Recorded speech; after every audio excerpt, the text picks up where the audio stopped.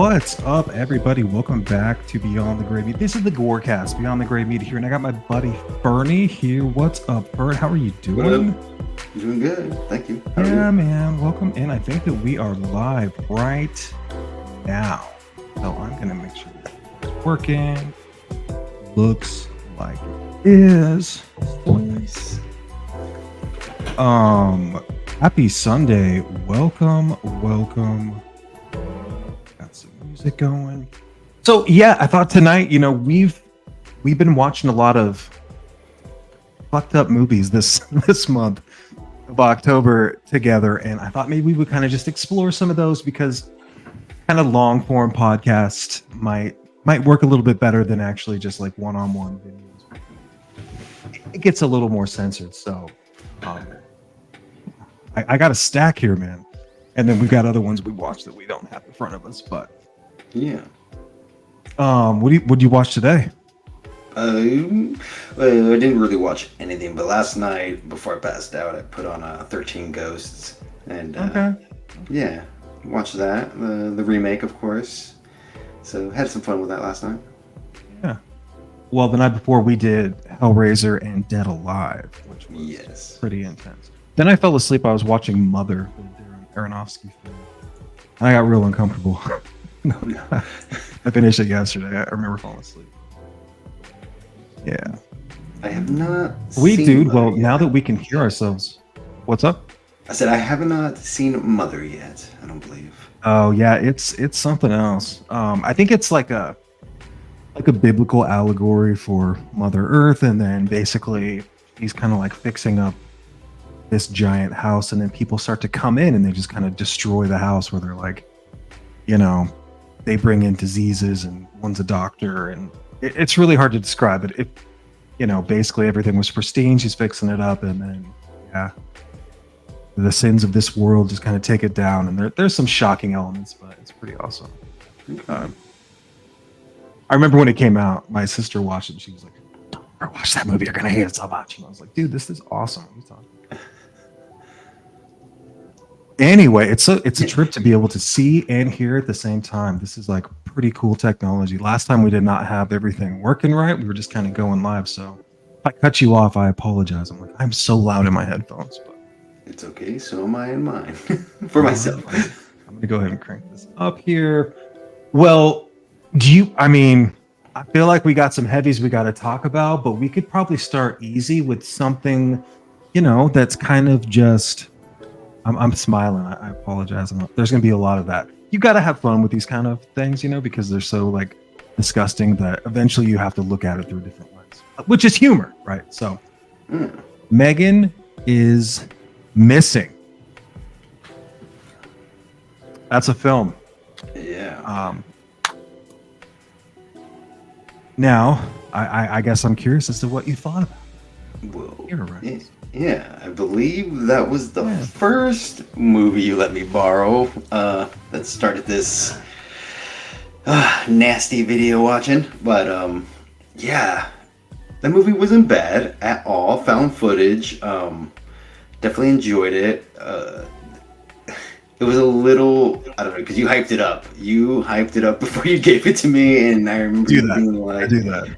Yeah. Do not watch this movie with your roommate. You're gonna want to watch something happy afterwards. I was like, oh god, what are we getting ourselves into? And then I ended up watching it with my roommate, and we both were a little shocked by it, but at the same time, it wasn't as intense as I thought it was gonna be. I thought it was gonna be like level 11. Well, here it was coming in at a 7. I was like, okay. I handled it. There was definitely some intense stuff. I'm not sure what I can and can't say on YouTube, but right. Yeah. Things happen. Yeah, things happen in not so nice ways to Megan. That last 10 minutes was a little rough to watch, not in the sense that it was bad, but it just kept going on and on. That it was like, all right, put her in the hole already. But sorry. Oh yeah, I think that the first the first hour, just like, oh, this is bad.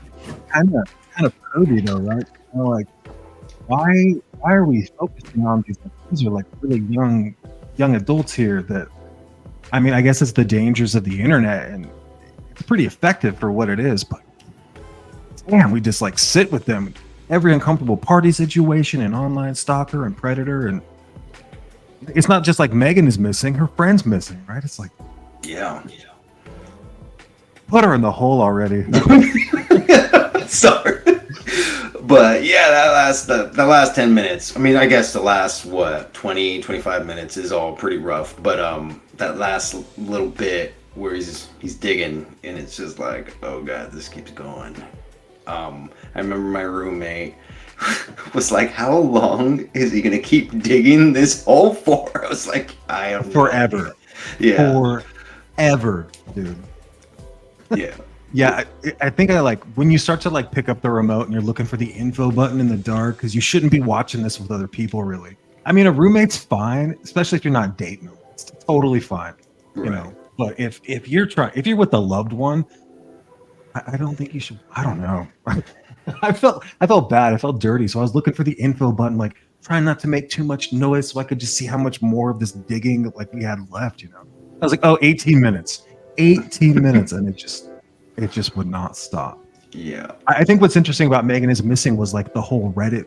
You know, I kept seeing it on those, like, you know, the Reddit iceberg. Where do you live on the Reddit iceberg? How demented can you get? Yeah. They were like, no, you don't want to watch that at night.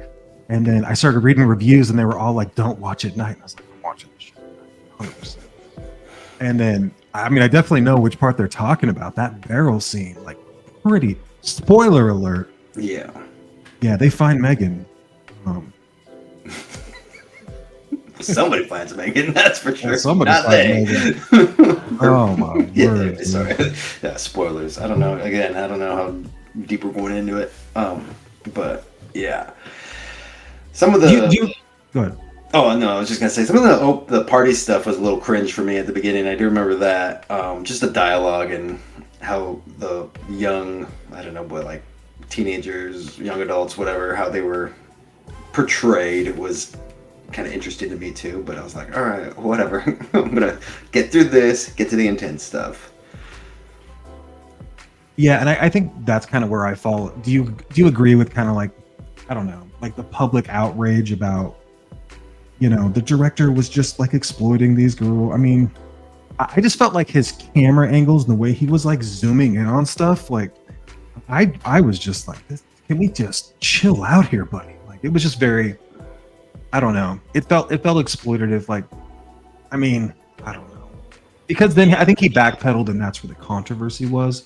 You know, he's like, no, I always made for it to be like this cautionary tale, which I don't think was the case in the beginning. I think he was just being... Yeah, I mean, the beginning was pretty much just like a bunch of young women partying it up, and they're all portrayed to be like sex fiends almost, or like party monsters. And yeah, I'm pretty sure they're all, but I think supposed to be in high school, right? So it's just kind of, and yeah, and then some of the, it's a very sexualized scenario or situations at the beginning of the movie. Especially with that dude at the party, he was just like, "Oh yeah, you're my number one, Megan," and I was just like, "Who is this douchebag?" But you know, then 10 minutes later, she's in the back room with him, so it's like, "Oh, okay." But yeah, it is very exploitive in that sense, and yes, a lot of the actors and actresses in it are young, or they look young. I'm hoping, I'm sure they're probably close to 18 and or 18. I don't know. With the exact age of them were while filming, but yeah. I mean, it says right on it, a powerful, important film that deserves both attention and discussion. Yeah, it's something else. And on the back, it's got this little section where it says, this film contains scenes of drug use, sexual assault, and frank language. It's not intended for persons under the age of 18. Viewer discretion strongly advised. Well, of course it is. Mm-hmm. Yeah. I mean, I guess it's made well. I just think, yeah, cringe is the word, right? Cringe is the word.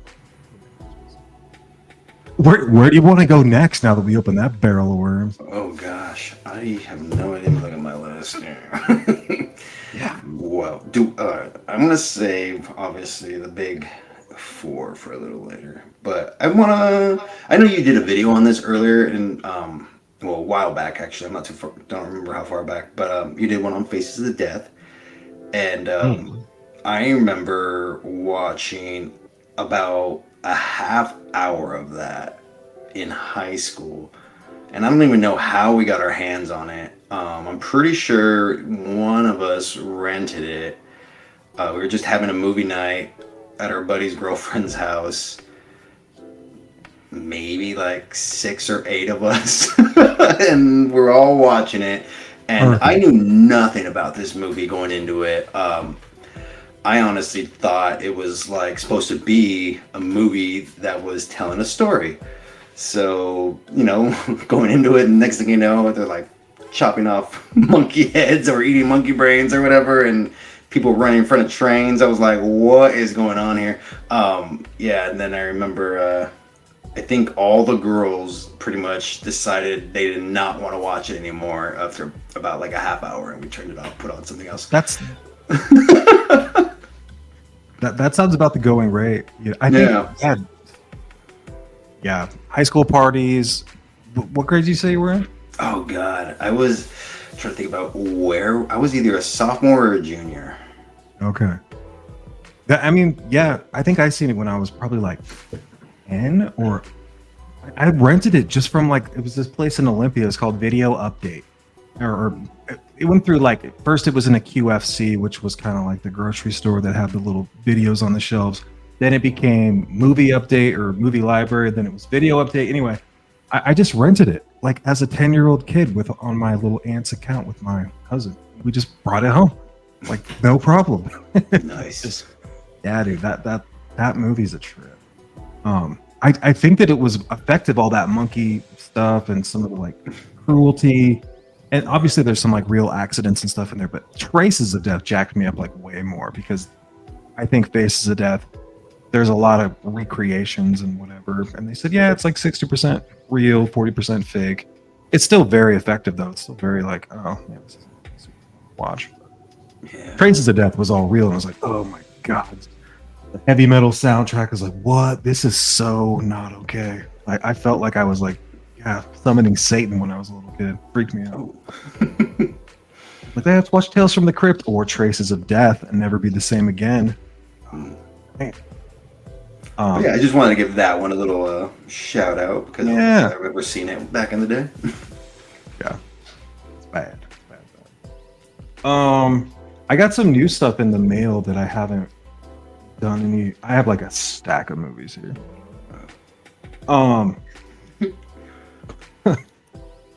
Carcinoma from Marion Dora. He did Cannibal. So this is, I don't know if it's the second or third movie that he did, but it's basically somebody that has cancer and decides to ignore it and act on everything that can happen. I mean, it's just as gross. There's some like real animal stuff in it. I have not seen all of it, so I can't wait to digest all of that. That's going to be super fun. And then another one from him, I have seen the Melancholy Der Angle. Got these from Diabolic for, I think they were like $20 maybe, Blu-rays.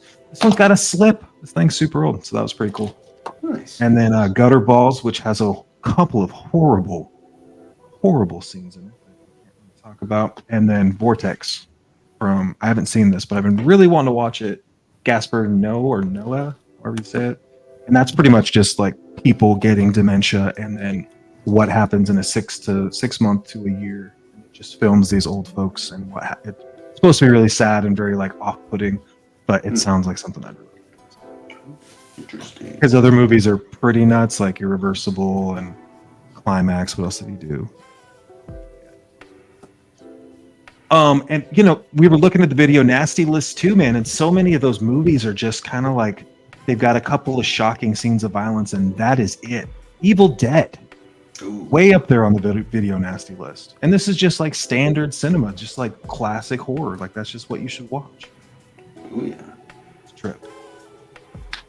I don't know. Were you looking at that video nasty list? I looked at some lists, yeah. I looked at 2 or 3 different lists. I was just kind of like, oh god. Hadn't seen most of what was on those lists. I But Evil Dead, definitely saw that. Had that on VHS. God, that was probably one of the movies where my brain just exploded, especially at the Scotty chopping up his girlfriend scene. Man. Yeah, I think the look on my face was probably like as I was because I think 8th grade was when I saw that one for the first time. Yeah, I was just kind of like, how did they do that? I was just amazed by the Evil Dead. I mean, I love the Evil Dead trilogy and all that great stuff. Sam Raimi's awesome. But yeah, that was probably one of the first movies I saw that had any like crazy amount of gore in it, like in that fashion. Yeah, but when I think of the Evil Dead, what comes up first? A lot of people think of the tree, you know, and I totally get that. I always think of the pencil scene, the pencil into the ankle, just like jacked it up. I think I want to say I was in like 7th or 8th grade too. It was a party. We were having pizza. First, we watched that movie Stigmata, you know, that I really didn't like that much because it was just kind of slow. And then we put on the Evil Dead, and it was just balls to the wall, dude. And when she goes, just like lose Jack of Diamonds, she starts like freaking out, calling the cards. Freaked me out. Love Evil Dead. We could do a whole episode just on Evil Dead. 2 hours. Probably. Yeah. No problem. Oh, yeah. We do, but what do you want to talk about next? What else did you watch that you got thoughts on? Yeah. All right. Excuse me. All right. Might as well go to one of the super nasty ones. Cannibal, right? Oh man. Ooh. Cannibal. I got some notes here. How do we even talk about this movie? Exactly. I think we can hint around it pretty well, but dude. I was just gonna say the notes I made had to do with like not the gore just yet or content, but it was more like interesting choices to not have dialogue throughout most of that movie. I remember because you again talked about the movie a little bit before you let me borrow it, so I had a little bit of an understanding of what was supposed to happen.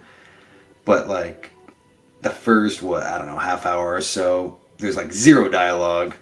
This dude is meeting up with other dudes, and I remember I just kept thinking like, I know where this leads to, but if I didn't know where this was going, it's just like a guy meeting up with other guys and just being let down for some reason, and I don't know why, because there's no dialogue, and he just seems disappointed and then walks away. But then he does find somebody, I think it was in a news clipping or something like that.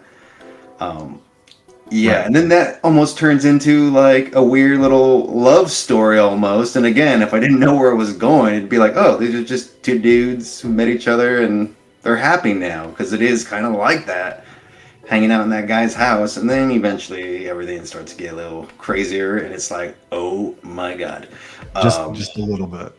Yeah. I did make a note too that I love the cinematography in it. Interesting color palettes as well. It's just this gritty kind of dark movie as well. Really enjoyed that. Yeah, and interesting camera angles throughout as well. I guess.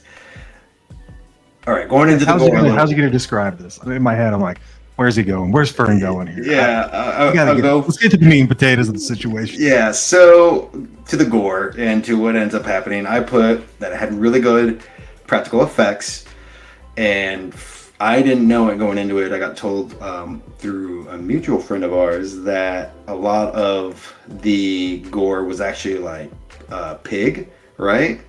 Oh yeah. Yeah, and so there is intense stuff in it that is all in camera. They don't cut away, no nothing. No cut. Yeah. No cut. Some biting, some cutting. What else is there? Some defecating while carrying somebody. Oh man. But hallway. Yeah, that hallway bit. Oh Lord. But the thing that got me the most, and it's the first movie that I ever gagged watching, and it was during this bit where his member, I'll say, gets cut off, and the dude, mind you, the dude that's getting eaten and all this stuff wants this to happen to him. 100%. That's what we Yeah. got to preface it with. Yes. He's calling him. Keep going. Yeah, and so the moment it gets, cut off and taken away, he pleasures himself like right after it happens. And the moment the fluid started coming, I was just like, I just could not handle that. Too much. Yeah. Then after that, it was just pretty much a downhill spiral of just like getting more messed up and more messed up. Yeah, but at the same time, a lot of it, I was just very taken in. I kind of had to just distract myself for what I was watching by being like, all right, how did they do this? Because it's all in camera, it's all practical effects. So and then I got told that later that like most of the gore and intestines or whatever and skin is all like pig. So I was like, oh, no wonder it looks so real. But yeah, those are my thoughts generally on it. This one, I mean, I think I'm all stuttering. Did you ever watch? There's like an American version of this film called Grim Love. Oh no, never heard of it. Pretty solid movie, and it gets a little bit PG-13 for some of the stuff that Cannibal decides to kind of really get into. I think that I wanted you to watch it because you're a filmmaker, so I wanted to know like what you thought of how they're in that bathroom, that hallway, and it's just like there's no cutting. It's just you were exposed, and the dude wants to get eaten, and he's like calling the other guy that can't eat him correctly weak, and that's pretty much the only dialogue is like grunts and like eat me, like very, very strange. And I think it makes you kind of lean in a little bit, like what the hell's going on? And you start paying attention, and just the color palettes, man, just freaking me out. Very Gummo, like where that kid's in the bathtub, that film. But the music's pretty good. There's a lot of weird like zoom ins where it's just like the mouth moving and zoom in of the lips. Yeah, lots of weird, like interesting. I don't know if that's a German expressionist thing. Like I have no clue, but yeah, this movie it's a ride, man. Gun to your head, Fernie. You're out, right? We don't really have a lot of physical media places, and it wouldn't be Walmart, but you go to your mom and pop store. You're trading in some movies, you got a little store credit, and somewhere up there on that shelf is Cannibal, and they want $89.99 for it. $49.99 on DVD. Are you buying this film? DVD, not Blu-ray. That's a gun to my head, maybe just for the sake of owning it and being like, yeah, I have that movie. Right. I probably would kind of do what I guess kind of how you went about it, just like you got to see this movie and just start giving it to random friends whenever they talk about certain effed up movies or whatever.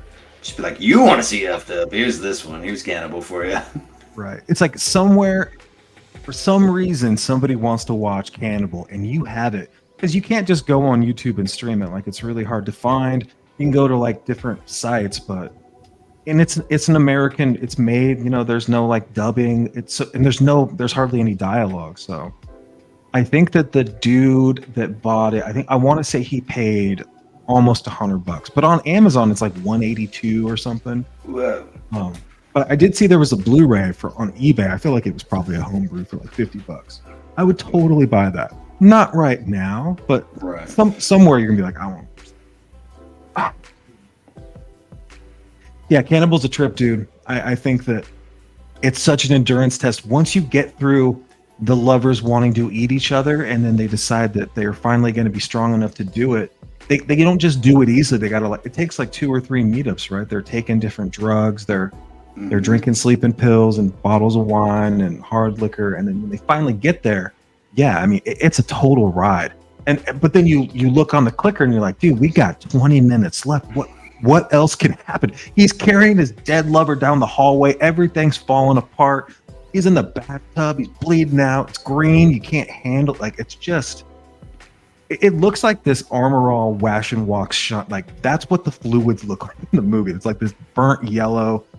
horrible looking. But the film's beautiful to look at. That guy, man, I don't know like what filters or what effects he did. And then you finally get there and it's like, all right, cool. Now we're just going to hack up the body and we're going to prepare the most beautiful dinner you ever had in your life.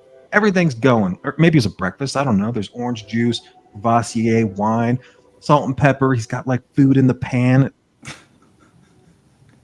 Crazy movie. Yeah. Crazy. I do like that the movie ends with him just being like, well, now I'm going about my day. And just like leaves. I gotta pick up some milk. Need some milk. Maybe some oat milk. Mm-hmm. Yeah, cannibal. So it made you gag. Let's talk about another movie that I made you watch over the week that also made you gag. Oh god. That I thought, if it's good enough for Criterion, god damn it, it's good enough for Fernie to watch. We are talking about Pier Paolo Pasolini's Salo, or the 120 Days of Sodom. Fernie, take it away. What did you think about this flick? Perfect response. Yeah. Perfect. Well, I do got some notes, and again, I'll come at it kind of like the way I did the other one. Good cinematography. Very beautiful movie to look at. Just nice camera angles. The acting actually, surprisingly, was really good as well. It kind of reminded me. It had like a vibe of like an older, obviously older, a Kubrick movie. I don't know why, but it just had that vibe to it for me. Obviously, not like a Kubrick movie, but just the cinematography for it. To me, I kind of took away from it is like how absolute power, can be perverse in a number of crazy, intense ways. That if anybody who doesn't know, I guess like short of the long of it is just like it's an Italian movie. Takes place in this small town, Salo, and they 1940s. Yeah, like 45, I think. Yeah, and the fascists there that are supporting the Nazis and all that stuff, they take like I don't know, maybe like 15, 20 young people from this town and just take them to this like secluded mansion just like on the outskirts, and just start doing a bunch of crazy like over the top sexualized stuff to them. At first, I think it was this crazy monologue by the dude who the main guy, I guess, that was like running the show, and he just starts talking about like, yeah, we're gonna be in the orgy room and we're gonna tell stories, and then whoever wants to do anything in the orgy room is just gonna do it to you, and you're gonna have to let them do it. And it's just like, wait, what? And then it starts playing out, and yeah, it's intense for sure. Again, I'm gonna just call it the shit buffet, but circle the shit. Yeah, when you get to that bit, there's 2 bits, actually probably about like 3 bits with poop in it, and there's too much poop. Yeah, it's way too much poop for one movie. Yeah, there's one bit where it's very, I don't want to say light, it's pretty messed up, but like a dude just takes a dump on the floor and forces this poor woman to eat it. And that was just like, okay, I had a little bit of look away, didn't gag. I was like, I got this, I think. I kind of just did one of the through the fingers, like, oh god. You gotta be fucking shitting me. Yeah, literally. And then next scene, it's just like everyone's sitting around this like grand table in this huge dining room. And they're like, oh, let's wheel in this cart. And they like, and it looks like it's all fancy. And then they open... Music's yeah. They open this thing, and it's just literally a tray full of crap. And, and they're saving it up. Yeah. They've just been saving it for days, probably. Anyway, there was a bit in that whole scene where I was like, I can't watch this. So I started like kind of looking away. And then I looked through my fingers. And then the moment I looked at my fingers... one of the main dudes, again, that's running the whole show, is like talking to somebody, and he's smiling at them, and just like his teeth is full of shit, and he has this like shit-eating grin, quite literally. And that was the moment I almost vomited. I was just like, oh god, no. Yeah, pretty much that scene did me in. I remember kind of just like staring at the screen and watching things after that, but like I was not registering anything I was watching because I was just kind of stuck back on that scene. Yeah, and that was another movie that I was just kind of like, how much longer is this movie gonna go? Because I think I'm done with it, but I watched it till the end, and then it just ends. Yeah, it's just like, oh, okay. Everyone's kind of getting tortured now and getting brutally murdered, and then you're just like, oh, it's over. It's like, oh, okay. The cool thing about Solo, and there's not a lot of cool things, is that it does bring up like, conversation, man. Like some of those work discuss, some of those like, hey man, we gotta chat about this flick here. Yeah. I mean, good enough for Criterion. It's crazy. Is that because that he was murdered because they didn't want him to make the film, and then he ended up making it? Sorry. And that's why Criterion was like, nope, we're going to restore it. Or is it so beautiful to look at, like in the beginning, that they're like, no, dude, we should totally keep this this filth out there? Yeah. I don't know. I'm not too sure at all. I was thinking the same thing. I was like, who in their right mind thought they need to preserve this Criterion style? Seriously. Yeah, I think I've watched it. I've tried to watch it 3 times. I borrowed it from, a coworker that we have, and I think I had it for like 7 months trying to talk myself into why I wanted to watch that movie again. And it's made really well, The music's good, the acting. We had this other side conversation after we watched it. We're like, do you think any of these people ever acted in anything ever again? Or was this just like the nail in the coffin for their acting careers? I don't know. Yeah, it's a trip. I mean, they did good in the movie for for what it was. But I remember that thought came to mind. I think halfway through it was like, yeah, I wonder if any of these actors ever worked again or wanted to work again. Never, could have just been like, that's it, one and done. There's so much graphic nudity in the way that it's like zoom. Like Caligula's pretty bad, but I mean, the things that they're doing, because it's all kind of like nursery rhymes in the orgy room, and they're just being like shown how to do stuff, like just makes it all. You just feel bad watching it. Oh my god. Yeah. And so then when you finally get to something like murder at the end, spoiler, right? And they're out in the courtyard, and then you're seeing people being, you're like, oh yeah, that's not so bad, because you just watch someone eat crap for like 20 minutes. Like it's so painful.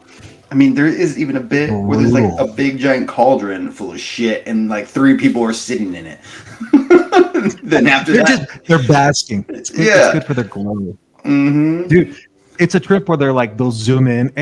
It's crazy to look at because it's shot so well. It's like, oh, bed, bunker, bunker, bunker, bunker, and under the bed are like these buckets of shit. Oh yeah, it's gross. And you're just like, oh, they're saving and then they just kind of commingle. Right, the ultimate reduce, reuse, recycle. It's bad, dude. Yeah. All right, well, Solo's a trip. I'm definitely not recommending it to anybody, but Criterion thinks, hey, you should. This is worth restoring. It's worth having. A couple discs set, right? Gross. Oh yeah, definitely a nasty. All right, man. I'm gonna let you choose where we go from here. All right. Sorry for making you watch that. Yeah, that's a lot of shit. Let's go with something a little light. Again, it's more like a shout out to probably to one of the first movies I've ever seen with a lot of gore. It wasn't even, I mean, considering what's out now, like with Terrifier and stuff like that. This is like, oh, that was nothing. But I guess back in the day, it was probably a big thing. But the original Dawn of the Dead. Okay. First time I ever saw that movie. Again, another movie where my brain just exploded. Didn't know how they did the zombie bites. The beginning of the movie with the woman who gets that chunk bitten out of her shoulder there and slash neck. I was like, oh my god. That and what I think it's right after that where the door gets kicked open, then a dude's head just gets exploded from the shotgun blast. Well, those first 10 minutes. Yeah. Nuts. Yeah, and then I'll jump cut towards the end, and the guy just getting ripped apart, guts everywhere. It's probably the first time I've ever seen like guts like that on screen. It's just kind of like, oh my god. So much so that that's kind of the movie that got me into wanting to do movies. Originally wanted to learn how to do like special effects and visual effects. So I started reading up. Shout out to Dawn of the Dead. Shout out to them. That's awesome. Started looking into how they did all that stuff, and I remember I did a project on it on the 8th grade of special effects, and one of the things I talked about was the zombies that, or I hope it was a zombie, but the guy's head that exploded at the beginning of the movie. And I remember one of my classmates, when I was talking about how they did it, he was just like, "Whoa, that's so cool!" So I was like, "Yes, yeah." Like, guess what, Johnny? Yeah, guess what? Mm-hmm. But Dawn of the Dead, not a super nasty movie, but at the same time has some decent amount of gore in it, and it's all practical. It's effective. Let me ask you this, Fernie. Now that you've seen, there's the Argento cut, right? There's the 4K. There's been a remake. There's the DVD. There's all sorts of different versions, and forever it was just out of print, and it's super hard to find. Now we got that second sight release. Which version do you prefer? Do you like your blood a little bit purple, pinky, or do you like your blood like crimson red? Do you prefer the original, I guess what I'm saying, where the zombies are kind of green with the kind of like off-colored blood effect, or do you like the new kind of touched up dark red blood? I'm not gonna lie, I don't think I've seen the newer one yet. I think it's like a 3-disc set back when, like a collector's thing of DVD before even Blu-ray was a thing. It had the original, the director's cut, and then like a UK cut or something like that. I have that, and that's the only one I've ever watched. So I didn't know that they went back and like touched things up with the blood, and so I'm all about original. I think I could be talking out of my ass here. I feel like I bought a 4K set that was the Dario Argento. It was from the UK. And most of them were in a different language, in Italian. And then there was a 4K, and I feel like you could choose different cuts where it had different blood. I hope I'm not making that up. I could swear that one was like super dark and kind of cleaned up, and then one was. It could have been a fan cut that I watched on YouTube. I forget. Oh yeah, I have no idea. Yeah, I still kind of like that, like the original blood effect. I thought that's Tom Savini, right? Like that's kind of what I got used to. Yeah, it's like the bright reddish, orangish blood. It's kind of. Yeah. I don't mind it. I mean, I dig on it. It's Dawn of the Dead so iconic that I like that classic kind of stuff. Big fan. Yeah. Do you like the remake? I do like the remake. Yeah, Zack Snyder, James Gunn wrote it. I'm not a big fan of running zombies. I know like 28 Days Later kind of started that, but those aren't technically zombies, they're infected. So for me, having literal the zombies run kind of took it out for me, but at the same time I enjoyed it for what it was. I do like the movie quite a bit. I watch it fairly often. Is that kind of the Zack Snyder? Yeah. Yeah, but I hands down watched the original one way more than I watched the director's cut. A lot of people really they're like, dude, this is one of the best Scream Factory 4Ks of all time. On my screen, it just looks it's definitely vivid, but it's like the colors are so, I don't know. Like, I mean, I don't think that it's my favorite version of that. I mean, I like the remake for what it is, but I feel like once they're kind of like they're at the mall, I like the kind of back and forth with being Rams on the roof, That's pretty cool, but when the red truck or whatever's coming down and they're just running, it's less effective. I mean, it doesn't. I don't know. I don't like my zombies to run either. I'm cool with the fast walk, right? Fast walk, right. Jason. Fast walk, zombie, no problem. But I think it's more intense when they're just gonna never stop, and you have to kind of outsmart them. I don't want that. I feel like that's easy to have them run. It doesn't do it for me. And 28 Days Later, a lot of people, it's fine. I just don't like running zombies. I guess that's I'm with running zombies. Yeah, exactly. Anyway, I mean, I got a heavy movie over here, dude. Do it. You want to just do it? I don't know how. This is just kind of like an off the cuff show. We were just kind of talking. We should talk some disturbing flicks while we got some time. So I don't know how long we're gonna go, but we'll try to get a couple in. This movie, you said you really liked it. and your roommate really did not. You sent me a photo, and that roommate was just kind of, I don't want to out them totally, but they looked a little bit shocked, maybe like, what the hell did I just watch, right? Yeah. And I think that's a lot of people's perspective. We're talking about a Serbian film, uncut. Had a feeling. Yep. Where do we stand on a Serbian film? On a Serbian film, yeah. I was going into this movie not expecting to like it as much as I did, especially for as messed up as the movie is. Well, this starting off, it's for me. Oh, wait, I got my notes here. Let me see. The one thing about me and a Serbian film, Right, yeah. I thought it was a cool like message about like the dark underbelly of the porn industry, right? I mean, literally, this dude, the main character, is an ex-porn star who pretty much likes to fuck in his movies, and yeah, he gets crazy. Yeah, that's just his thing. And this dude, I don't know. I don't remember the character's name, but I'm gonna call him the producer. Oh, was it Milo?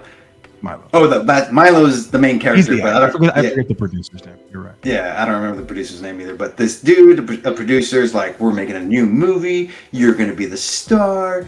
You just have this talent to get in there. Of you, buddy. Yeah.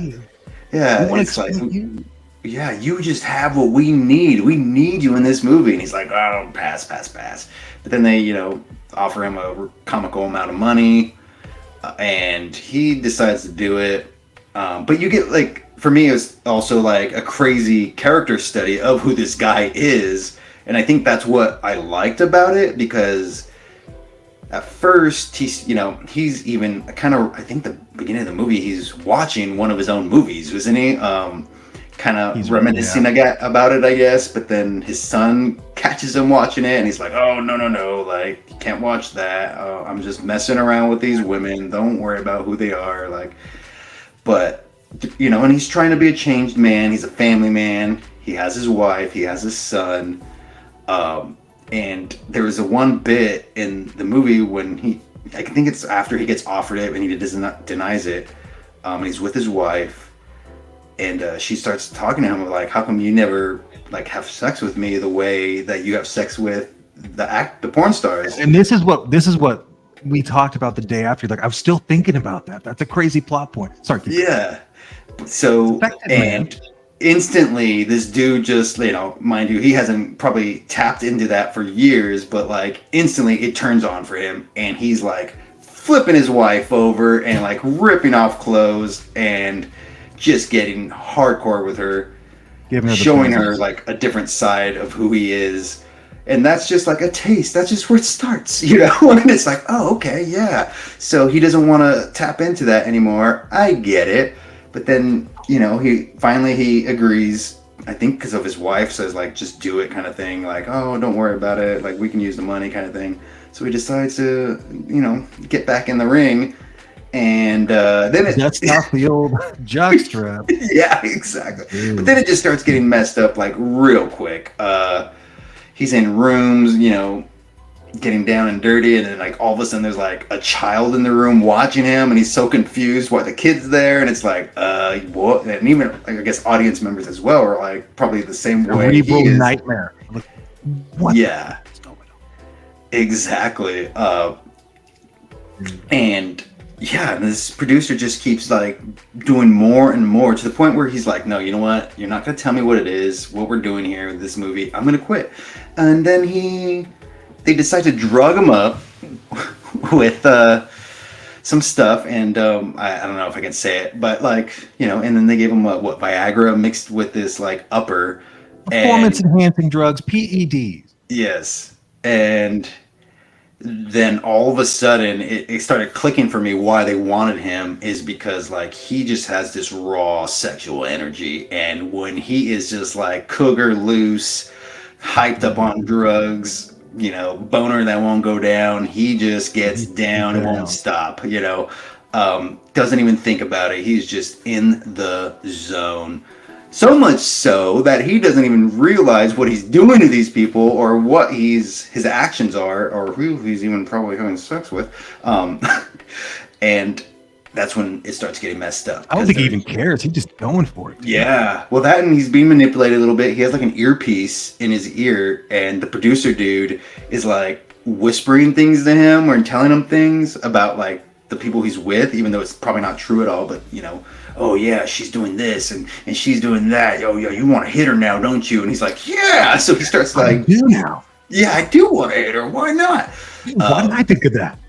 Yeah, and you know, as he's he's giving permission the whole time, they're like, yeah, unchain yourself, buddy. You got untapped potential.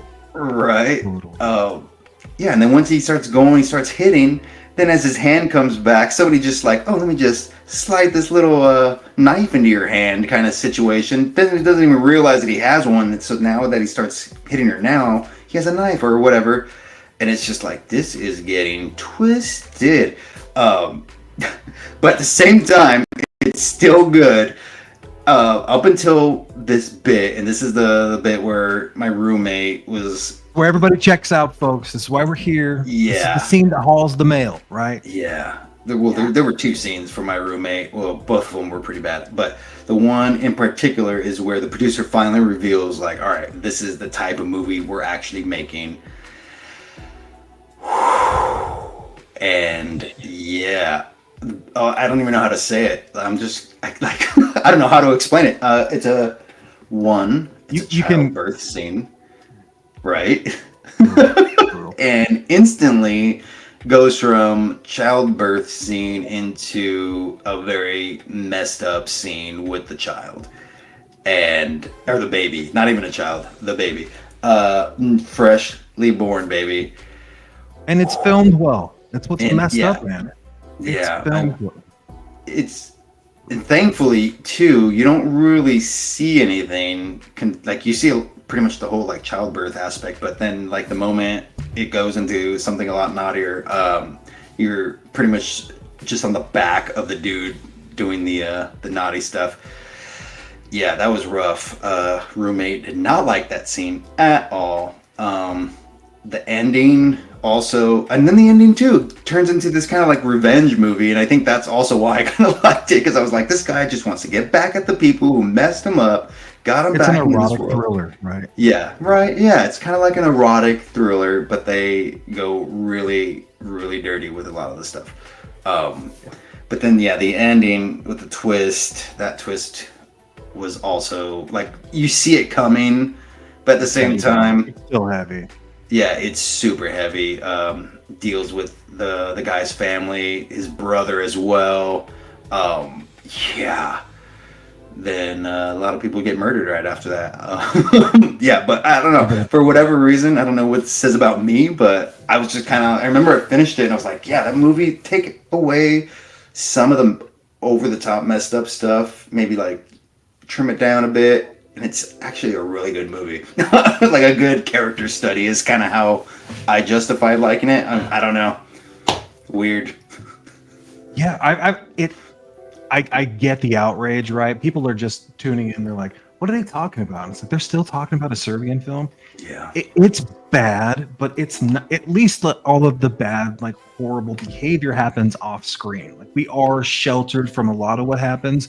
You do get a lot of sultry, messed up scenes though still, and it's filmed like with the rooms are filmed and lit really well, the angles, the transition, like it's a really, I mean, what did that say about, I mean, it's crazy to read, you know, interviews with the directors. I don't know, man. It's a very competent film. I mean, it just kind of sucks that it's always going to go down is because of those two scenes, you know, people can't get through it. But, and I get it. I mean, when I watched, I was like, what in the fuck was that, dude? And I watched it with a friend. We were both on the couch, just like, that just happened. Like, you almost like can't even absorb it all. Like, you have to kind of like, I got to remove myself, like my brain for just a second while we're here. I'm going to take another Rainier. Yeah. Give me a cold beer. I need something else. Like, it's heavy. But, yeah. And it's not like you go back and revisit all the time, but once you know, it's like, all right, well, it's not super gory. It's just the subject matter. True. Yeah. It's, you know, Fatal Attraction, Single White Female, all of those kind of like 90s erotic thrillers, but pumped up to 100. It's true. And he watched the uncut version. This is not the one that's been edited. This is the unearthed, the real deal. So, Serbian film, man, that film fucks. No doubt. Literally. Yeah. It's bad. But, all right. Well, I took one of the heavies. You got any other ones over there you want to chat about? Yeah. There's another one that you let me borrow that I really enjoyed as well. And it's not, I don't know, I guess compared to like Salo and Serbian film, it's not that bad, but it's still pretty messed up, is Martyrs. To me, that movie was like two different films. You get the first kind of half of the movie where it's like this revenge flick. These two women, well, one woman goes to the house of somebody and murders everybody in the house and then calls her friend over to help her like clean up and all that stuff, but she's like super traumatized and you don't really know why. You just know that she has these crazy hallucinations and her friend doesn't know what's going on either, but like she's trying to help her overcome the trauma. And I think her friend that was just like, maybe if you just kill these people it'll go away, but like she goes over there, murders the whole family. Brutal scene, dude. Brutal's like the term. That orange juice scene with the shotgun. Oh god, yeah. Jesus Christ. I mean, So that kid, intense. what, the son, right? The older Like son. backing up. He doesn't. Oh, Yeah. dude, And she that just scene like, stresses me out. yeah, where In she broad questions- daylight, enjoying a scone. Yeah. I know more, buddy. It's like, do you know what your parents did? No. She turns around for a second, collects herself, turns around, blows him away. I was like, whoa. Dude, he just Okay. explodes. Yeah. Paints the wall. Brutal. But yeah, and so it, and again, it's like this revenge film. You don't really know what's happening, and then all of a sudden, the movie just like flips, and there's these other people there, and the girl that did all the murdering gets killed off, and then her friend all of a sudden is the main character, and the people that pretty much came in and got them are like part of this, I don't know, an organization Syndicate, some sort of cult or something. But yeah, free world cult something, dude. yeah, pretty much you find out too that there's like this woman in the basement. I forgot how they find that out, but there's like a basement and then there's like a sub level underneath the basement, and it's just this like huge facility for pretty much torturing people. And there's some woman down there, and the girl who becomes the main character tries to help her out, but these other group people come in and all that stuff, and then they just start doing the torturing to her, and it just turns into this torture movie all of a sudden. And at first it's like, what is going on here? And then they start. Which parts did you like better? What was it? Which half did you like better? Oh man, I think I like the second half better. I don't know. It's just because it's like the context or what it goes. So pretty much like this cult, whatever they are torturing women specifically. They tried with men, but apparently the results they want don't come out and as men as often as they do with women. But it's pretty much this notion of like torture to the point where you just transcend reality. You're in and out. You're pretty much like dead, but you're still alive. So you're like transcending and to the point where you can see God or heaven, whatever it is. Full consciousness. Yeah. You reach your highest level. Exactly. And the way they go about it with the main character at the end is pretty messed up. With filleted alive and. Yeah, and then the mush. Oh man, I couldn't handle. For some reason, I couldn't handle the force feeding of that like baby food or whatever that was. The mush. It was just like God. Every time she's like, "No, I don't she's want covered it." in bandages. She's skinned. Like just Yeah. give her a steak, dude. Oh man. Oh yeah, Then but I don't know. And then the ending is kind of I guess open ended. It's up for the user to, or the viewer rather. choose your own come to- adventure.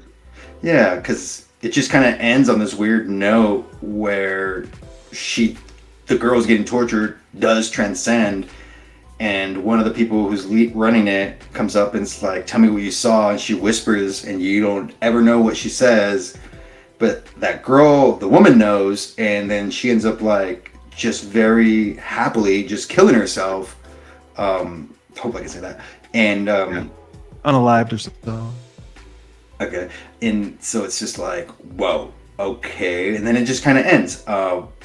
So I don't know. My takeaway is that maybe this woman told her like, yeah, there is an afterlife, there is something, and so she was just kind of like happy enough to just be like, all right, well, since I have confirmation, I am out. Like, I want to just hit the bricks, tired of living. Yeah. That's my takeaway. Do you think that, I forget if it's Anna or I can't remember if that's her name. I think that might have been the girl in the beginning, but do you think she gave her the wrong information on purpose to try to like get her revenge? Oh man, I don't know. Because the woman definitely believed her. She was just Yeah, like, whatever it she was so said, yeah. powerful to her that you can go through all of this horrible torture, flayed, skinned, beaten, right? Like your body's done, and then you see God, you transcend, and then I tell you about it, and you're like, it's true, like, and then peace out. I've always kind of liked to think that she led her astray. Like nobody gets to know what I know. That Ooh. I don't know. That's what's kind of cool about the end of the movie. Yeah, that's an interesting take. Never even thought about. But I mean, I don't know. Do you think she would have like the mental capability and the shape that she's in to be like, one last time, I'm gonna screw her over before I I feel die? like she was fighting so hard, like I love to look at it as like the ultimate revenge piece, and so that was kind of her revenge. But I don't know if there's a lot of people that subscribe to that idea. I also like the way that you described it is like it makes the movie so powerful, if that is what happened. Yeah, There's that part of me that just wants to like have her stick it to him. yeah. You know what, dude? You wanted this, and then because how would she know? Like only the person that's seen it would know. True. And there's a whole lot of people that get on Reddit forums or Google reviews or whatever, and they just down people that don't like martyrs because of the torture. And fair, like you got to go through some stuff to reach that ultimate transcend. That's the whole point of the movie. You can't stop. Why would you? The first half hour, I think, is worse than a lot. I mean, being flayed alive, all that other stuff is pretty intense, but I think the first, like some of those opening scenes were so brutal, and it's just so jarring, like the violence that happens. Oh man, yeah. The images that you think when you Google the movie, like that's not even what the last half is about. The last half is just so like there's like that spiritual torturous realm, but to not Right. finish it because of that, I think that was the director's vision, and that's why they wanted to do it that way. So I'm for it. Yeah, big fan of that movie. I think it's just brilliant. Yeah, I was surprised I even liked You it. never forget it. Yeah. Yeah. So I also let him borrow Inside, another French. There's the whole French movement. There was like Hot Tension or High Tension, and then Frontiers. Inside is almost as good as Martyrs. If you catch me the right time of year, I might say Inside's better than Martyrs. It's a Christmas movie, Fern. You're gonna like it. Oh, well, I haven't watched it yet. I haven't yet. I have not put it on yet. They're very, very good this week. Yeah, very, very intense. Very similar to Martyrs. The way that they film their violence and like that shaky cam and kind of like when someone runs into the wall, like you can feel the wall. You're like everything's just so jarring in the French. It's pretty awesome. But Inside, it just does not quit and it just keeps coming. There's scissors. There's a lot of things that happen in that movie that almost as good as Martyrs. I'm still going to say Martyrs is just a little bit better than Inside, but I mean, I might choose Inside if I was like, you got to choose the right movie. You're like, oh, Inside, it's a Christmas movie. Big fan. Nice. Big fan. Let me know what you think. Maybe we'll come back on and digest that thing. Yeah. I don't know what else I let you borrow over the last. I mean, you've gone down this depraved, whatever you want to call it, just this train to hell, man. Some of the movies that you watch, Serbian film Solo, Megan is Missing, Martyrs. Inside's going to clean it up a little bit. It's about the same as Martyrs. The Girl Next Door is the other one I let you borrow. It's going to make you feel real bad. That's another real bad one that people hate. If you watch it, you're a piece of shit. So just be prepared. But it kind of plays like a Stephen King story, like something out of Stand By Me or The Outsiders even, you know, because it's this gang of friends, and it's Jack Ketchum who made The Woman and The Offspring. He wrote it. True story. And so, you know, I guess the book's supposed to be way worse, but yeah, I'm curious to hear what you think about the girls. Nice, yeah. Yeah. You know, I brought out a couple. I mean, have you watched the Poughkeepsie tapes? I have not, no. I'm gonna bring that one in. I'm sure you've seen obviously Terrifier. That, you know, for a lot of people, Terrifier is the most disturbing film they're ever gonna see because normies are just flooding to the theater right now to watch the new Terrifier movies. And I think it's great for the genre. I think it's great for people to be like, oh, this isn't made for me. There's a whole bunch of people that wear these t-shirts in here like Fernie, and they just worship this Terrifier stuff. Art the Clown, man. What do you think about Terrifier being the most disturbing movie, like, you know, your ketchup only Kens are ever going to see? Yeah. Well, yeah, that was another Terrifier 2 and 3. I had those the last two on my list. Just because I think up to that point, those were pretty much the most hardcore probably movies I've seen. That bedroom scene in part 2. Yeah. Just being filleted, and she's still alive when her mom comes, and she's like, Mom. It's like, oh God. But yeah, I love Terrifier 2 and part 3. I know a lot of people are saying is a little more hardcore than 2. I think you and I had the discussion that we believe part 2 is a little more intense, especially with the gore and stuff like that. That bedroom scene, man. Get out of here. Shut the front door. That bedroom scene. That's a long sequence, you know. it's not just like quick and easy. Yeah. I know the shower scene was a big thing for a lot of people, but it felt like that. I mean, don't get me wrong, it's really messed up, and the chainsaw right up the old gish there was intense, but it seemed like it was just kind of quick couple of cuts of what's happening of the gore, and then it just kind of like, all right, now we're going on to something else. Where that bedroom scene, you're lingering a lot. I can't get away from yeah. Oh, sorry, I'm reading this thing. Yeah, but I think, you know, it's cool. Maybe people who watch Terrifier, the franchise, will start segueing into some of these more hardcore movies. You know, you never know. Might just light that fire under their butt. What's cool about Terrifier was when it first came out. I'd seen All Hallows Eve. I think I rented that from a Blockbuster because of the cover, and I thought that, you know, All Hallows Eve, cool, Art the Clown, like it had a cool cover. I was intrigued, and then, you know, when this, I don't know if this came on Netflix or how I seen this. Maybe Blockbuster was still here. Is this 2017? Maybe.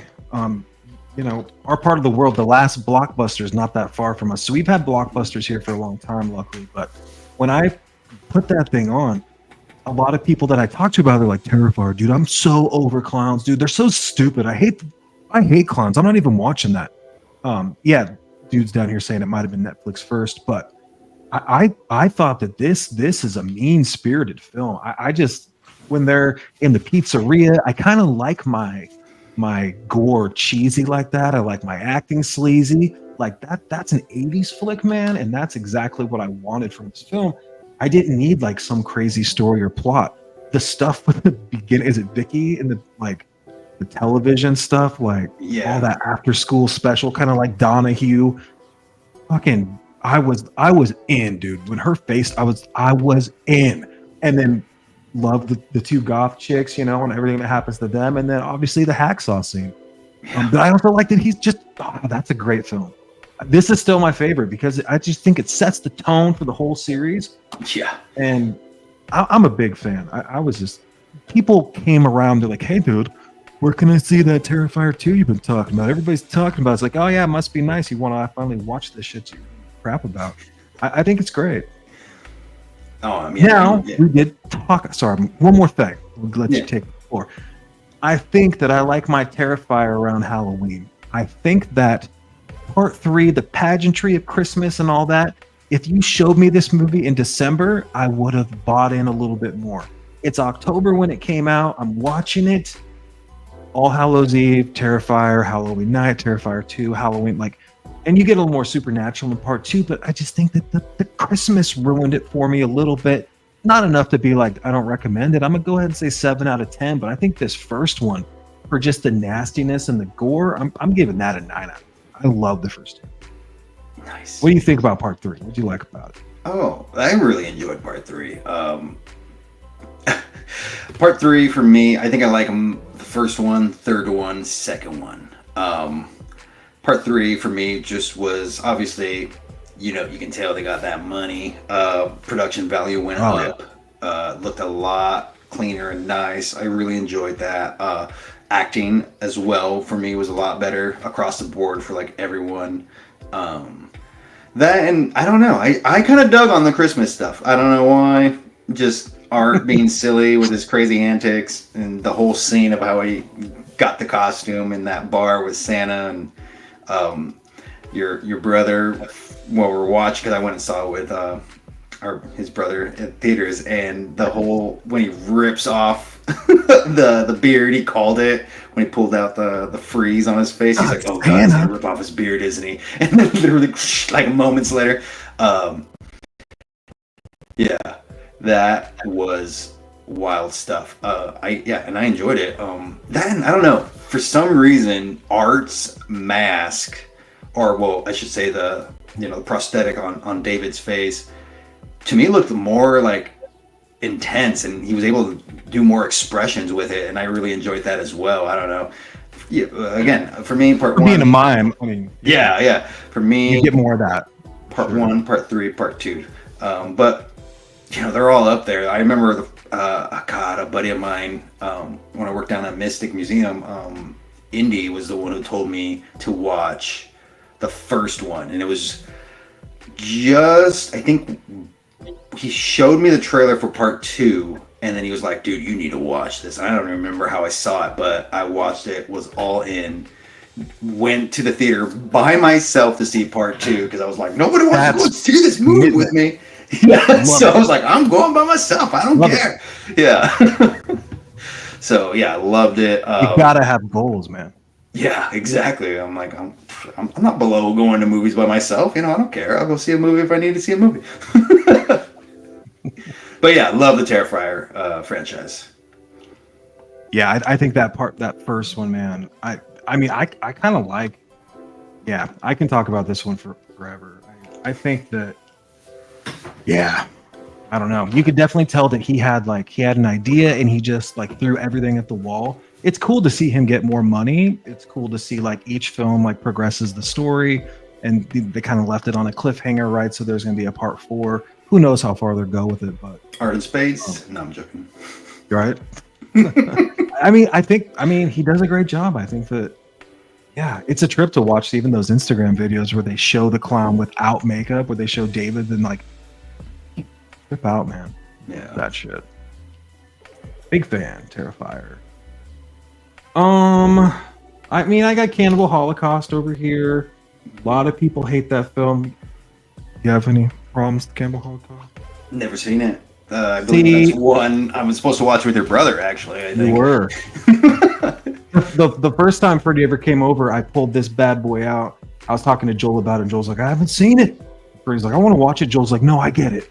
And so I had a couple of copies on DVD, and I gave it to Joel. But first I had to take the poster, because it was a limited edition poster. And then I was like, no, fuck it. Just take the poster too. It's fine. Yeah, Cannibal Holocaust, man. I'll bring it in. Love this movie. I'm a Cannibal Holocaust defender, man. I think that's one of the OGs for found footage, one of the best in the business. Kind of a film within a film. Dream, whatever you want to say. Big fan. We got some people here. Yeah. The animals, right? That's what's hard to watch. That turns a lot of people off, and I think if it was just showing the Amazon tribe. So what happens is there's a turtle scene.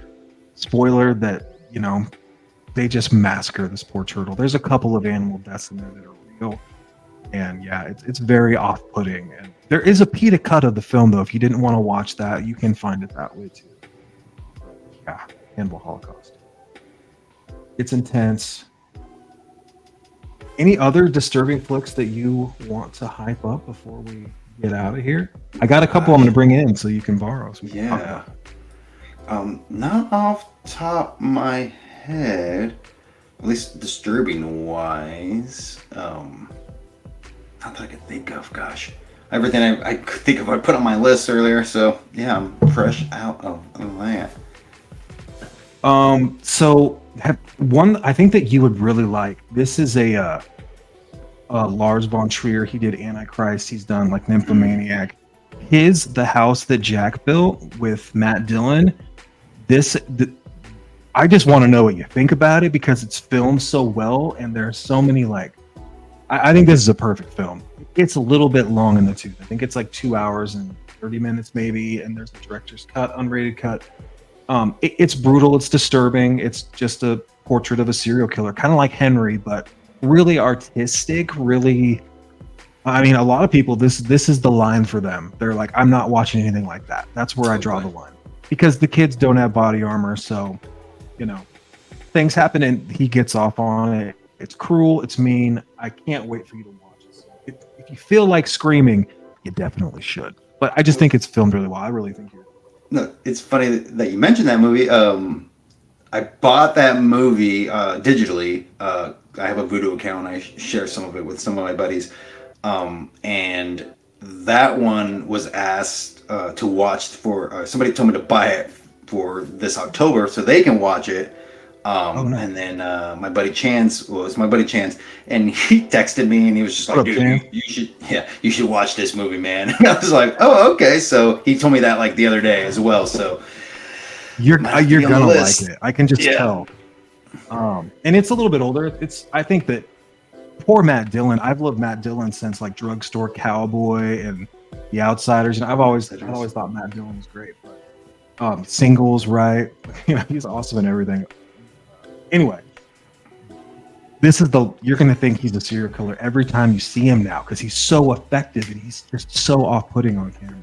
Nice. Okay. But yeah, they do this stuff where they kind of do stop motion. He's inside his head. He's talking to a therapist. He's like looking at light poles and how far you get from one to the other before the light shines. There's so much. It's just smart. Lots of fun metaphors, but brutal, disturbing. Another movie from his that my brother just borrowed is Antichrist, and I think that that's the perfect October film. So if he's listening, hopefully you watch that thing, and so you can let Fernie borrow that because I think Antichrist is the best film. But House of Jack Built, it brings it, man. It's a mean flick too. Nice. Yeah. Did you watch Dead Girl? I feel like I'm just pulling out all ones I haven't. No, I don't think I've seen Dead Girl. See, okay. Maybe. Nasty. Not.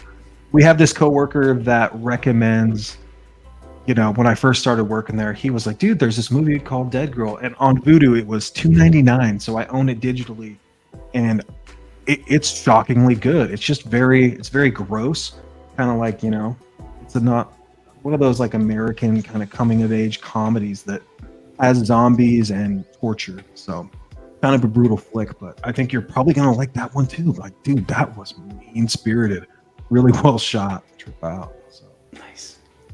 I'm gonna bring you a pile. We got a bunch to talk about. I know. The only other one that I watched that I didn't like, that me and my buddy Jay just bought, was this Black Metal Veins. Lucifer Valentine. He's kind of famous for those vomit gore trilogies where he just he exploits people, I think, and he's like pretty anonymous online. But this one is just following heroin and crack users over like the period of a year, and you just watch them go from beautiful to horrible to dead. Oh, pretty depressing, but it's kind of like watching Intervention. So I don't know, compared to the other stuff you've been watching, I don't think it's gonna be. You're just gonna be like, that was really sad. Why did we have to watch that? Josh is just making me depressed now. You're pulling my teeth out with some of these films. Cool, man. Well, what's your plan for the rest of the week? You got anything fun you're gonna watch? Gosh, well, the two you let me borrow at some point during the week. I mean, Halloween, I just do. Yeah, what's your go-to Halloween pick? What do you like to watch on the day? I stay like just in the Halloween franchise. Halloween Day is for Halloween Nothing franchise. Nothing else. Do you watch any of them the rest of the month? No, I save them all for. Oh, I don't save them Yeah. all, but usually I'll do a little marathon. So whenever I probably get done with work, I'll just come home and start tossing them on. Usually I end the night. The last one is the original, always. I've been doing that for the past couple of years. It's just like, all right, I'm done with for the night. The original's going on. But from there, I don't. There's no like order. I just whatever I'm vibing with. Like, oh, all right, here's Chris Michael Myers. Oh, okay, here's Halloween Kills, whatever. Um, so probably at least 3 or 4 Halloween movies of the franchise that I'm probably gonna throw on. So the controversial pick here. I have been the last couple of years. I have been watching the 2 Rob Zombie Halloween movies, and I know that that's blasphemous for people, but I'm a fan of that first one. I don't love the parts with Sherry Moon where I don't like that kid. He's punchable. But I think that when Superbad came out, I had to make a decision: Rob Zombie's Halloween or Superbad. I was like really torn, and I was dating the wrong person. We went, and she had a horrible time, and we broke up later. And so I've always kind of liked Halloween because of that. It's like tied to like where I was like, oh, cool, I finally get to get away. So I have a soft spot for the Rob Zombie versions. Yeah. Are you a fan of saving movies during October? Saving? What do you mean? So me and my brother, we have this discussion where you can't just put on your favorite October horror movie, whatever you're going to watch. You need to save it for the right mood, the right night. The stars have to align. Maybe there's a full moon. Maybe there's a Friday the 13th, right? Maybe you have someone gives you a special bottle of booze. Maybe you're having a party. Like, you wouldn't just watch The Exorcist on October 1st, because if that's one of your favorite films, you can't waste it. You have to save it. I've gotten in trouble with the save method just recently, where I'm now running out of time. I have 3 days. Yeah. And I've got like 12 movies I've got to watch because I've saved them. So learn from me. Maybe don't save films. Yeah. If you want to watch a horror movie, watch it now, because you're going to run out of time, brother. No, I feel that. No, I usually obviously save the Halloween franchise for Halloween Day. I don't watch any of the Friday the 13th because I always do marathons on any Friday the 13th. Sure.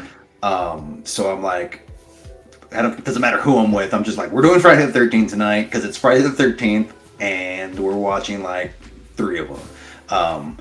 I do have, I guess, nothing, but I don't save any of them throughout the month of October. I have some that I save that are like my winter horror movies. Or now I have a new November horror movie, Thanksgiving. Is like that one. I'm not gonna watch during October. I'm gonna watch that closer to Thanksgiving. The Shining, The Thing, Silent Night, Deadly Night are all my winter horror movies. What else? Black Christmas. Now Storm of the Century. What was that? Storm of the Century, Misery. Exactly. Terrifier 3 is probably gonna be that. That's a yeah, man. Poor marketing. Marketing. But for the most part, no, I don't normally save any of the movies. I suppose if I feel like I want to watch it, I just toss it on. And you're living the right way over there. Yeah. Across the way. I mean, I was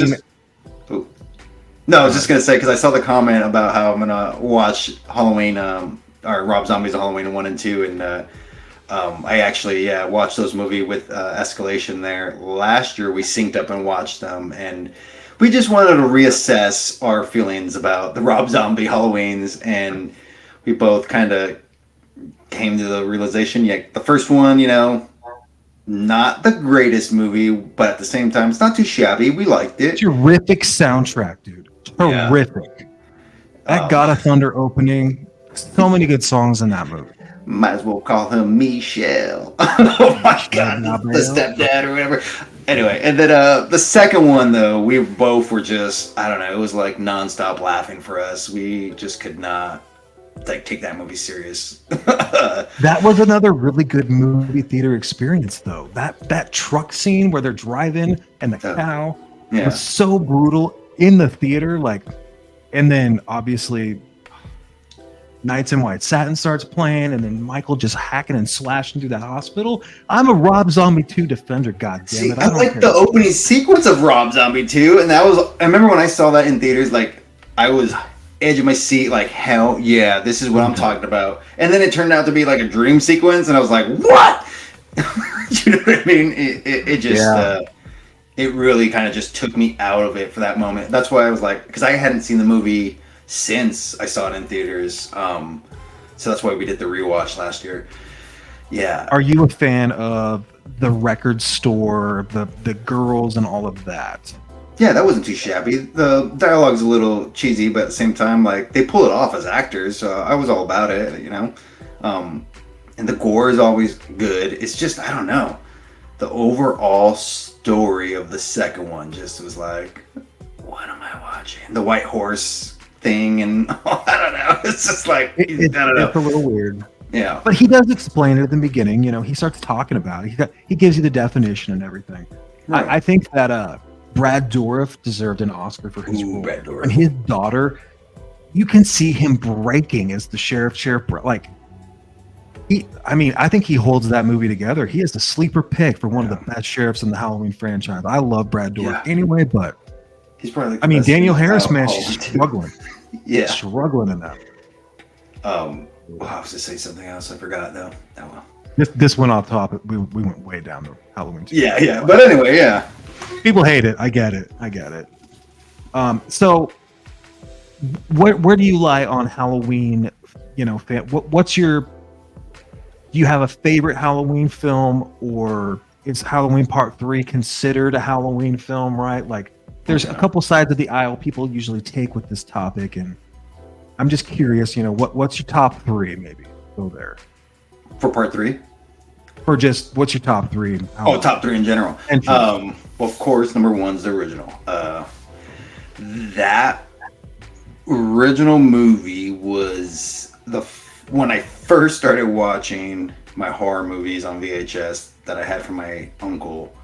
Halloween was the first one I threw on, and that movie changed my life. At least because I was like, I don't know, because I think I heard you talk, or one of your other podcasts, you were talking about how, like, the type of horror movies you like, and for me it's slasher, and it's all because I got into Halloween, Scream, like right after that, and I just like went down that rabbit hole with, like, you know, the Freddy Kreuger's, Friday the 13th, and all that fun stuff, with a buddy of mine named Brandon back in 8th grade and pretty much throughout high school.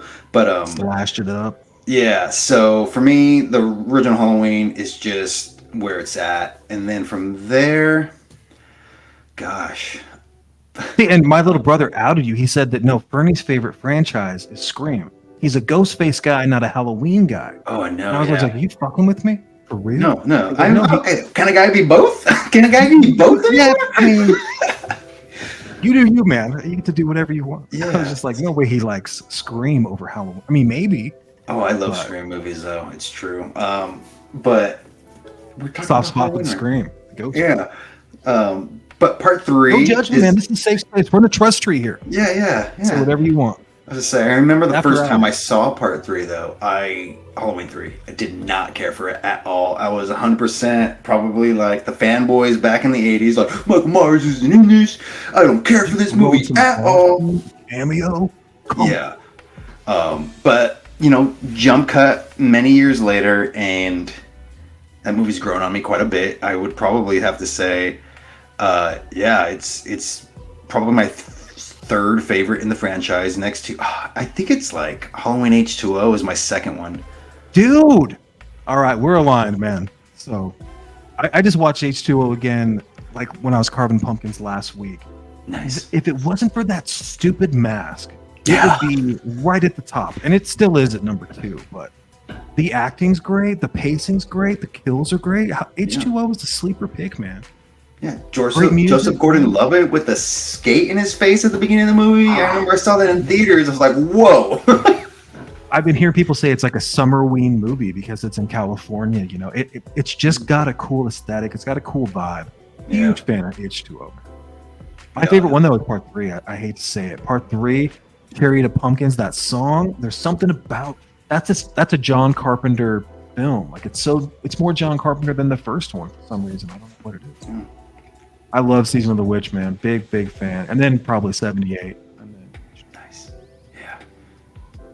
Well, Chance here says, "What's your favorite anthology?" We got a couple more minutes, and we'll get out of here. You got a favorite anthology, maybe, or just a top couple you like? Yeah. Well, obviously, Creepshow, classic. Boom. Oh man. The anthologies. Oh man, I don't remember the name of it.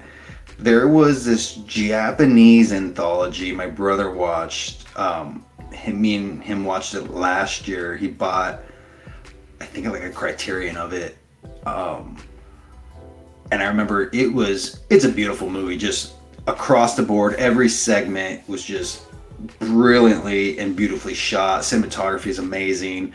It's kind of a slow burn. The dumplings one. There's one with a ghost. Okay, so have you seen Tales from the Dark Side? Oh, yeah. The movie. You know the movie with the bit with the gargoyle and like, oh yeah, you can't tell anybody what happens to me and this and that. So that came from originally this Japanese movie, but it was a demon, and the demon fell in love with a human, and then like made herself look more human than not, and saved the dude who was dying like in a winter storm or something like that. But like it was essentially the same plot. And when I saw that, I was like, oh my God, I love this movie. But yeah, I just can't remember it for the life of me for whatever reason. Yeah, you got to let me know. That sounds sick. Yeah, because it's definitely like maybe a 50s or 60s movie. So yeah, but I don't know. What about you? I'm like, I feel like I'm brain farted right now. I go Asylum 72. I love that film.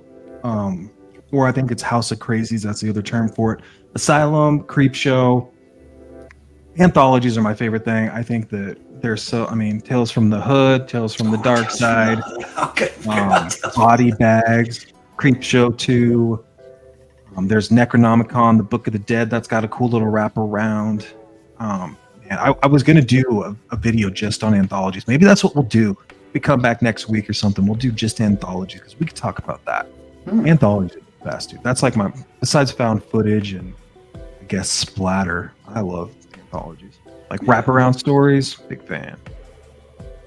Yeah.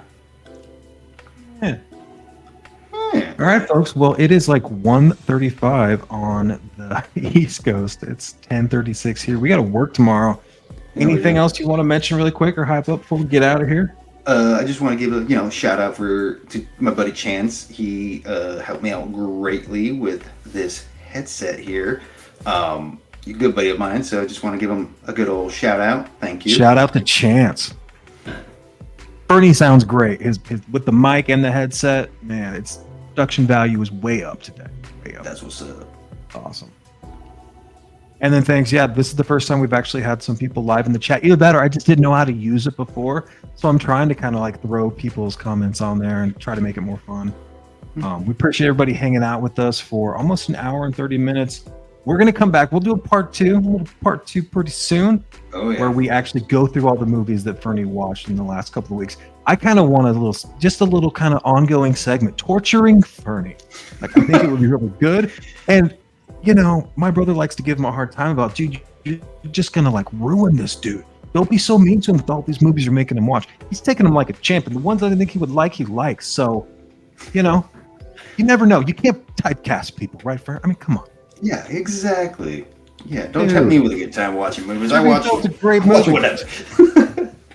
Martyrs is great. We talked about Solo. You got to watch Flowers too, really quick. While I got this is another one with no dialogue.